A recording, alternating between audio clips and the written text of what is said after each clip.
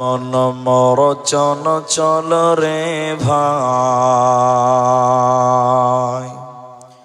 ঝরে দুটি আখি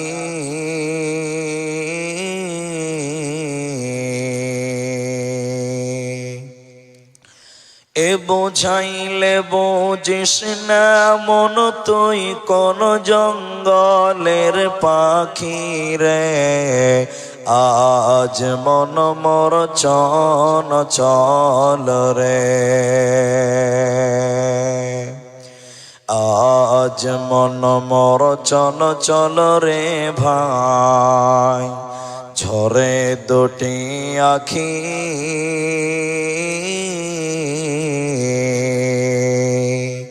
এ বোঝাইলে বোঝিস না মন তুই কোন জঙ্গলের পাখি রে। আজ মন মর চন চল রে, কাঁচা বাঁশের খাট পালঙ্ক শুকনো পাটের দড়ি, এ আত্মীয় স্বজনে মিলে রেখে আসবে আপন বাড়ি রে। আজ মন মর চন চল রে, কুলের পাতা গরম পানি গোসল করাবে, এ গোসল করাইয়া মন তোর কাফন পরাবে রে। আজ মন মর চন চল রে, কাফন পরায়া মন্তর খাটলে তুলিবে, এ খাটলে তুলিয়া মন তোর জানাজা পরাবে রে। আজ মন মর চন চল রে, জানাজা পরায়া মন্তর কবরে রাখিবে, এমন কিরনাকির ফেরেশতা তখনই আসিবে রে। আজ মন মর চন চল রে, মন কিরনাকির ফেরেশতা তখনই জিগাবে, এ রব কি তোমার দিন কি ছিল, কারবা দিনে ছিলে রে। আজ মন মর চন চল রে, মা কান্দিবে বেটা রে বেটা, এ মা কান্দিবে বেটা রে বেটা, বোন কান্দিবে ভাই রে, এ ঘরের বিবি সেও কান্দিবে আর তো কেহ নাই রে।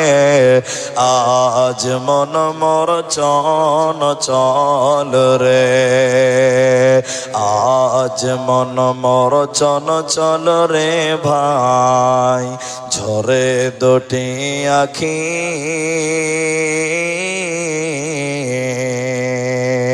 এ বোঝাইলে বোঝিস না মন তুই কোন জঙ্গলের পাখি রে।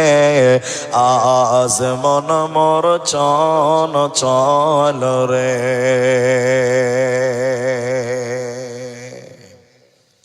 উপস্থিত চলমান সভার যোগ্যতম সভাপতি, স্টেজে ওলামায়ে কেরাম, অতিথিবৃন্দ, আমার সামনে বসে থাকা দাঁড়িয়ে থাকা দিনদার ইমানদার মুমিন ভাই সকল, দোয়ার কান্টারি মুরব্বী সমাজ, স্নেহের কচি কাঁচা, পর্দার অন্তরালে বসে থাকা দিনদার ইমানদার দিন প্রিয় ইসলাম প্রিয় মুমিনা সলেহা মা ও বোনেরা, প্রাণ প্রিয় কাশিবাড়ি বোদাগঞ্জ ইসলামপুর উত্তর দিনাজপুরবাসী।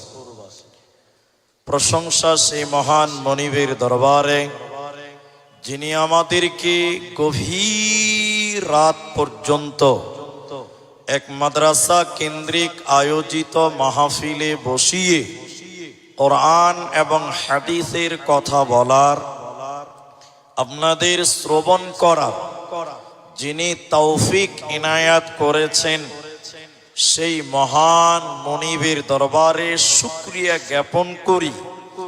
আমরা সকলেই একবার জোরে বলি আলহামদুলিল্লাহ। দরুদ ও সালাম বর্ষিত হোক সরকারে কায়নাত তাজদারে মাদানী নবী কুল শিরোমণি ইমামুল আম্বিয়া নবী মক্কি নবী মাদানী নবী আহমদ নবী মুহাম্মদুর রাসূলুল্লাহ সাল্লাল্লাহু আলাইহি ওয়াসাল্লাম। আল্লাহুম্মা আমিন। আল্লাহুম্মা সাল্লি আলাইহি আল্লাহুম্মা বারিক আলাইহি। মোহতারাম ভাইও, আজিজ নওজওয়ান সাথীও, আমি কোরআনুল কারীম 2টি সূরা থেকে কয়েকটি আয়াত এবং তিরমিজি শরীফ থেকে একটি মাত্র হাদিস আপনাদের সামনে পাঠ করেছি। আমি আপনাদের সামনে ওই আয়াত এবং হাদিসকে কেন্দ্রবিন্দুর মধ্যে রেখে কিছু কথা রাখবো, এক সাবজেক্টের উপরেই রাখবো ইনশাআল্লাহ। আলাইহি তাওয়াক্কালতু ওয়া ইলাইহি উনীব। আমি আমার আলোচ্য বিষয় বলার পূর্বে মাত্র 5 মিনিট কয়েকটি কথা বলবো। এই 5 মিনিট টাইম কেউ উঠবেন না, বলুন ইনশাআল্লাহ। 5 মিনিট পর ভালো না লাগলে উঠে যাবেন। যদি মনে করেন যে গল্প করে কাটাচ্ছে, হাদিস কোরআন বলে না, পালিয়ে যাবেন, তখন রুকবো না। কিন্তু 5টা মিনিট আমরা উঠবো না, বলুন ইনশাআল্লাহ। জি, বর্তমান সময়ে সব চাইতে আসমানের নিচে জমিনের উপরে যে কিতাবটা তেলাওয়াত করা হয়, ওই কিতাবের নাম কি? কোরআন। সবাই বলুন, আর একটু জোরে বলুন, কি বললাম? কোরআন। সব চাইতে বেশি যে কিতাবটা তেলাওয়াত করা হয় পৃথিবীতে, সেই কিতাবটার নাম কোরআন। দ্বিতীয় নম্বর, সব চাইতে বিরোধিতা করা হয়, শত্রুতা করা হয় যে বইটার সঙ্গে, ওই বইটার নাম সবাই বলেন কোরআন।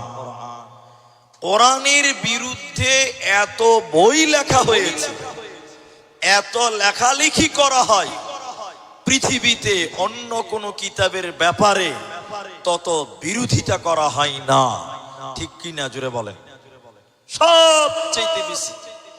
কিন্তু কেন?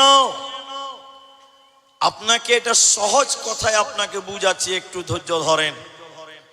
আপনি এখান থেকে ইসলামপুর যাবেন টাউনে, যেতে যেতে একটা বাগানে লিচু আছে, সবাই ওই বাগানের লিচুতে ঢেল দেয়, ঢেল চালায়, চুরি করে। কেন? নিশ্চয়ই ওই বাগানের লিচুটা খুব ভালো, এর জন্য সবাই খাওয়ার চেষ্টা করে। ঠিক বললাম না? নাই, জোরে বলেন।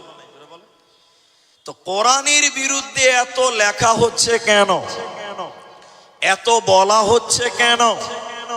নিশ্চয়ই কোরআনের ভিতরে ব্যতিক্রম কিছু আছে, এর জন্য কোরআনের বিরোধিতা পৃথিবীতে সবচেয়ে বেশি হয়। ঠিক কিনা? জোরে বলেন। কিন্তু কোরআন এমনই একটি কিতাব, যে কিতাবের বিরোধিতা করে কোরআনকে দাবানো থামানো যাবে? সবাই বলেন যাবে না। পৃথিবীতে কিছু গাছ আছে যেগুলো মাঝে মধ্যে ছেটে দিতে হয়। তার মধ্যে চাইপাত্তি গাছ মাঝে মধ্যেই ছাঁটতে হয়। ঠিক বলছি না? নাই বলেন। কারণ এই গাছ যত ছাঁটবে তত ঝাঁকড়া হবে। ঝেঁটে দেওয়া মানে এই নয় তাকে দাবিয়ে দেওয়া, থামিয়ে দেওয়া। ঠিক কোরআন এমনই একটি গাছ, এই গাছের বিরোধিতা যত করবে পৃথিবীতে কোরআনের জনপ্রিয়তা তত বাড়তেই থাকবে, বাড়তেই থাকবে, বাড়তেই থাকবে। একবার বলেন নারায়ে তাকবীর। বাড়বে। অথচ আমরা মুসলমান, সেই কোরআন সম্পর্কে কোনো জ্ঞান নেই, কোরআনের অস্তিত্ব আমাদের জানা নেই, কোরআনের ইতিহাস আমাদের জানা নেই, কোরআন কেন এসেছে আমরা জানি না, আল্লাহ কোরআন কেন পাঠিয়েছেন সেটাও জানি না। অথচ আমরা মুসলিম হিসেবে আমাদের সর্বপ্রথম কোরআন জানা দরকার। জোরে বলেন আছে না নাই? আছে। চলেন, আজকে আমার আলোচ্য বিষয় হলো শুধুমাত্র কোরআন, অনলি কোরআন। শুধুমাত্র কোরআন সম্পর্কে আপনাদের কিছু বলবো। চলেন, প্রথমে কোরআনের কাছে কোরআনের পরিচয় নেব। কোরআনকে বলবো, কোরআন তুমি তোমার পরিচয় দাও, তুমি কেন এসেছো, তোমার ইতিহাস কি, তোমার অস্তিত্ব কি, তুমি বলো। কোরআন নিজের পরিচয় নিজে দেবে। কোরআনকে বলে, কোরআন তুমি কোথায় এসেছো, কোরআন বলো। কোরআন বলছে, বিসমিল্লাহির রহমানির রহিম, লা উকসিমু বিহাযাল বালাদ। কোরআন বলছেন আমি দুইখানা শহর কেন্দ্রিক নাজিল হয়েছি। কোরআনকে বলেন, কোরআন তুমি কোন জায়গায় এসেছিলে তুমি বলো। কোরআন বলছেন আমি দুইটি শহর কেন্দ্রিক নাজিল হয়েছি। ওই দুইটি শহর ডালখোলা ইসলামপুর নয়, কিষানগঞ্জ রায়গঞ্জ নয়। ওই দুইটি শহর কোরআনে স্থান পেয়েছে। একটা মক্কা মুকাররমা, অপরটি মদিনা মুনাওয়ারা। কোরআনকে দ্বিতীয় নম্বর প্রশ্ন করেন কোরআন, হে কোরআন তুমি কোন জায়গা থেকে তুমি মক্কা মদিনায় এসেছিলে তুমি বলো। তোমার কোন জায়গা থেকে আগমন হয়েছিল তুমি বলো। কোরআন বলছে, বাল হুয়া কোরআনুম মাজিদ ফি লাওহিম মাহফুজ। আমি লাওহে মাহফুজ থেকে দীর্ঘ 23 বছর সময়ে যখন যতটুকু প্রয়োজন ততটুকু আমি অবতীর্ণ হয়েছিলাম। অতএব আমি লাওহে মাহফুজ থেকে পৃথিবীতে আমার আগমন হয়েছে। কোরআনকে তৃতীয় প্রশ্ন করেন, হে কোরআন তুমি কখন এসেছিলে তুমি বলো। মক্কা মদিনায় কোন টাইমে তুমি এসেছিলে বলো। তোমার কখন আগমন হয়েছিল তুমি বলো। কোরআন বলছে, শাহরু রমাদানাল্লাযী উনজিলা ফীহিল কোরআন। আমি রমজান মাসে এসেছি রে বান্দা, আমি রোজার মাসে আমার আগমন হয়েছে। এরপরে কোরআনকে বলেন, কোরআন রমজান মাসে কখন তুমি এসেছিলে তুমি বলো। দিনের বেলায় না রাত্রি বেলায় তোমার আগমন হলো বলো। সকাল বেলায় না বিকাল বেলায় তোমার আগমন হয়েছে বলো।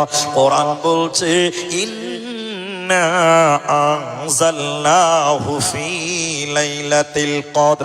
আমি রমজানের শেষের 10 বিজুরের রাত্রিতে আমার আগমন হয়েছে। আমি কদরের রাত্রিতে অবতীর্ণ হয়েছি। রাত্রি বেলায় পৃথিবীতে এসেছি রমজান মাসে। কোরআনকে 5ম নম্বর প্রশ্ন করেন কোরআন, হে কোরআন তুমি কেন কেন কেন তুমি কেন পৃথিবীতে এসেছিলে তুমি বলো। তোমার উদ্দেশ্য কি, তোমার টার্গেট কি, তোমার মাকসাদ কি তুমি বলো। তুমি পৃথিবীতে এসেছো কেন। কোরআন বলছেন, হুদাল লিন্নাস। আমি মানুষকে হিদায়াত দেওয়ার জন্য, মানুষকে জান্নাতে দেওয়ার দেওয়ার জন্য, ও বাইয়িনাতিম মিনাল হুদা ওয়াল ফুরকান, আমি মানুষকে রাস্তা দেখার জন্য, জান্নাতের রাস্তাটা দেওয়ার জন্য, হেদায়াত দেওয়ার জন্য আমার আগমন হয়েছে। অতএব কোরআন পৃথিবীতে এসেছে কেন? মানুষকে জান্নাত দেওয়ার জন্য, হিদায়াত দেওয়ার জন্য। অতএব মুসলমান, এই কোরআন থেকে তোমরা নিজেরা হেদায়াত গ্রহণ করো। এই কোরআন তোমাকে জান্নাতি বানাবে, তুমি জাহান্নাম যাবে না, দেবে না, পাবে না।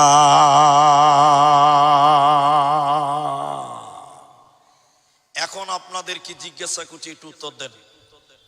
এখন আপনারা বলেন, সবাই বলেন, কেউ বাদ যাবেন না। তাহলে কোরআন পৃথিবীতে এসেছে কেন? হেদায়াতের জন্য। বলেন একটু, এসেছে কেন? হেদায়াতের জন্য।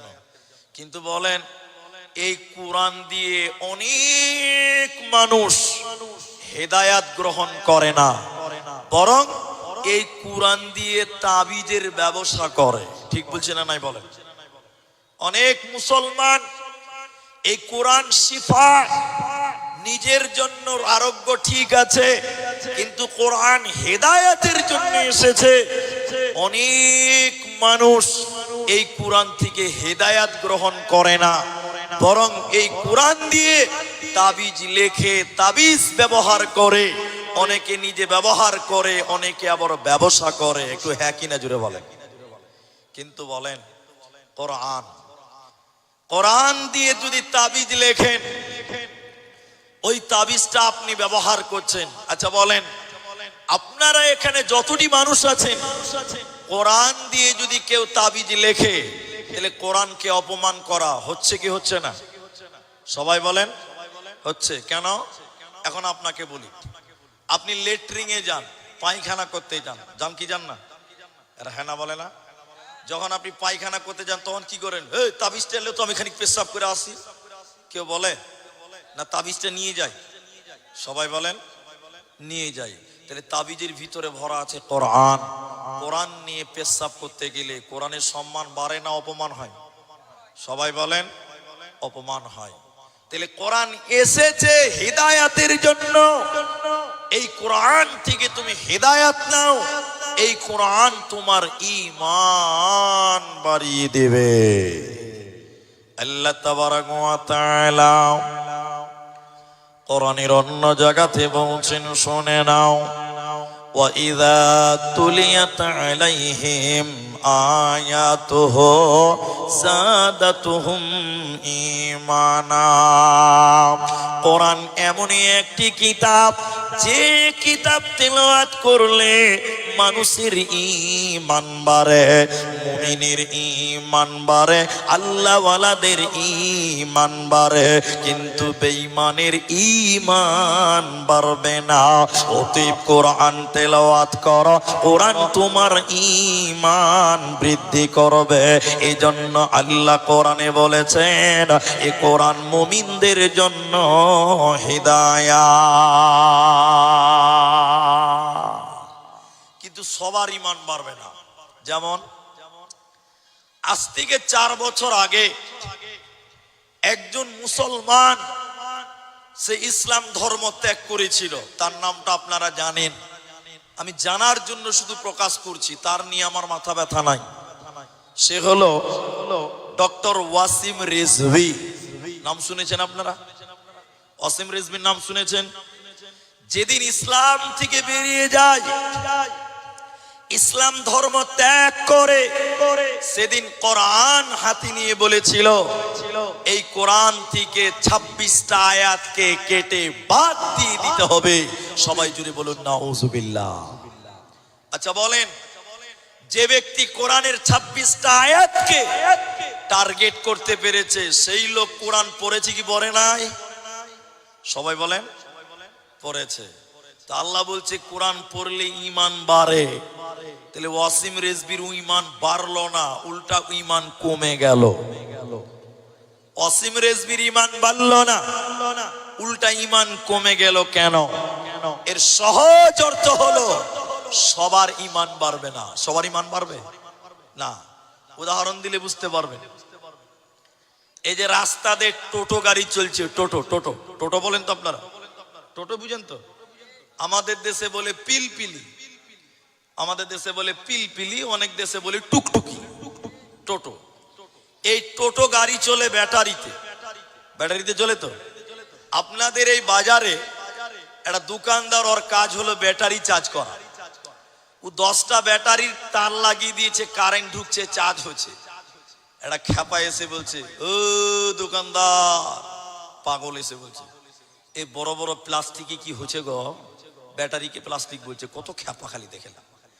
তো দোকানি বলছে, এই খ্যাপা, এই প্লাস্টিকে কারেন্ট ভরছি, টোটো চলবে, লাইট জ্বলবে, ফ্যান চলবে।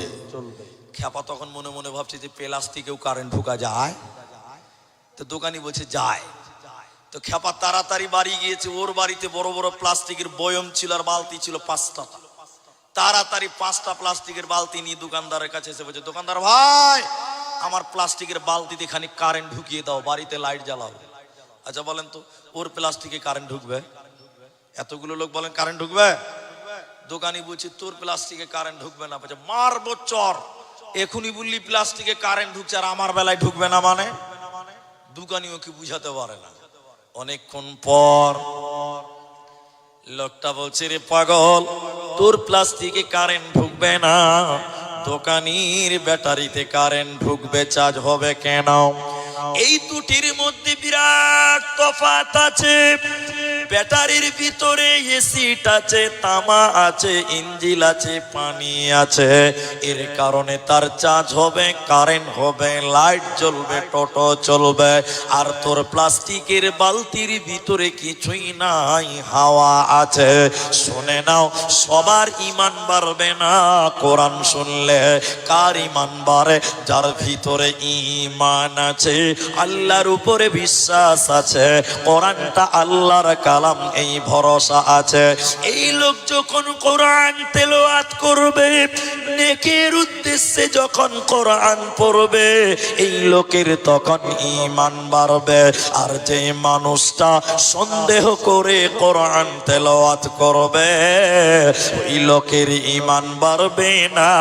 এই জন্য অসীম রিজভী কোরআন পড়েছিল, ঈমানের সঙ্গে পড়ে নাই, সন্দেহ করে পড়েছিল, এই জন্য তার ঈমান টিকল না, ঈমান পেল না, পেল না। আল্লাহ তাবারাক ওয়া তাআলা বলেন সূরা বাকারা, সূরা নাম্বার 2, পারা নাম্বার 2, রুকু নাম্বার 21, লাইন নাম্বার 12, আয়াত নাম্বার 177 এর মাঝখানে আল্লাহ বলেন, ওয়াল কিতাব, আমার যত আসমানি কিতাব আছে, তাওরাত বলেন, ইনজিল বলেন, জাবুর বলেন, কোরআন বলেন, আল্লাহ বলছেন এই কিতাবগুলির উপরে তোমরা ঈমান আনো, কোরআনের উপরে তোমরা ঈমান আনো। যে ব্যক্তিটা কোরআনের উপরে ঈমান আনে না, ওই লোকটাকে আল্লাহ জান্নাতে দিবে না, পাবে না, পাবে না। অতএব কোরআনকে বিশ্বাস করে নাও, নচেতে জান্নাত মিলবে না, পাবে না। কোরআন আছে এখানে, এটা কোরআন দেন। এখন আপনাদের দুটি প্রশ্ন করি, উত্তর দেন। কোরআন কি জিনিস আপনি বুঝতে পারবেন। এখন সবাই উত্তর দেন, কেউ বাদ যাবেন না। আচ্ছা বলেন তো, এটার নাম কোরআন, সবাই বলেন কি? আচ্ছা, এই কিতাবে কোনো ভুল আছে? কোনো সন্দেহ আছে?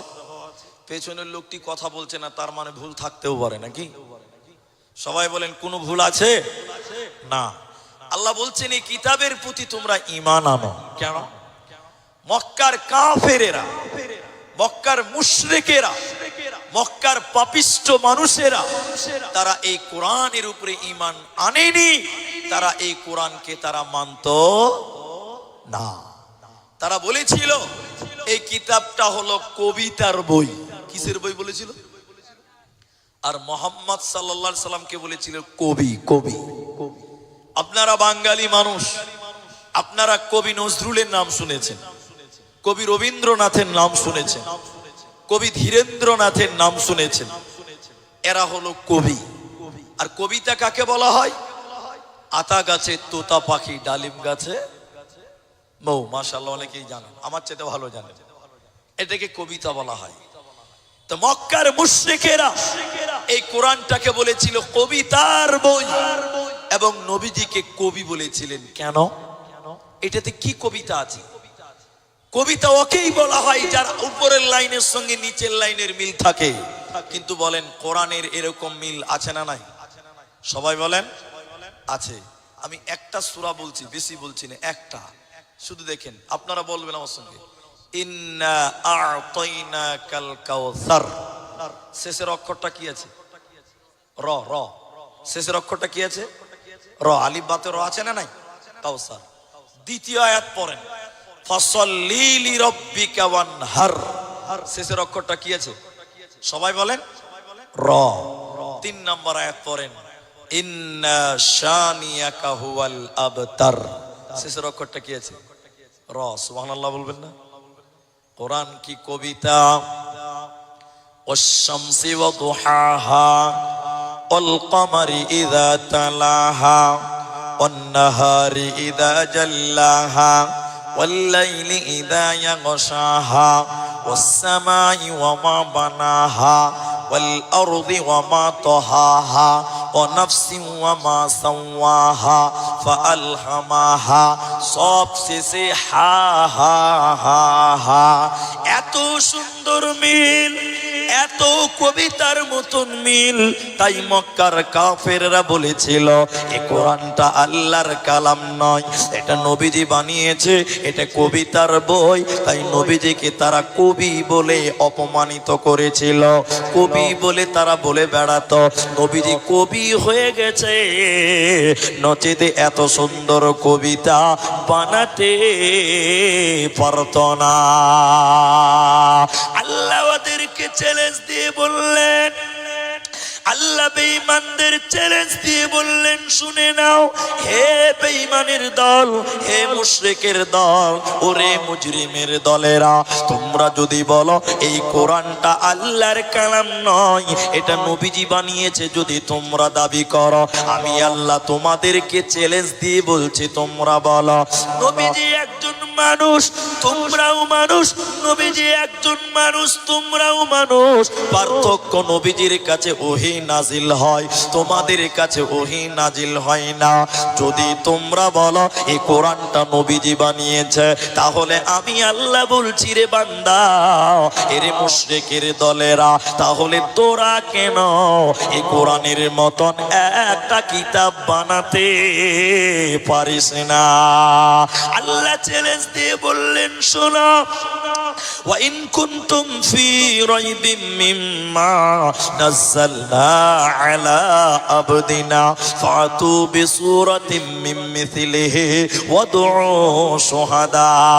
এরে কাফেরেরা, যদি তোমরা বলো এই কোরআন নবীজি বানিয়েছে, তাহলে আমি আল্লাহ বলি তোমরাও একটা কোরআন বানিয়ে দেখো, এই কোরআনের মতো একটা কোরআন বানাও।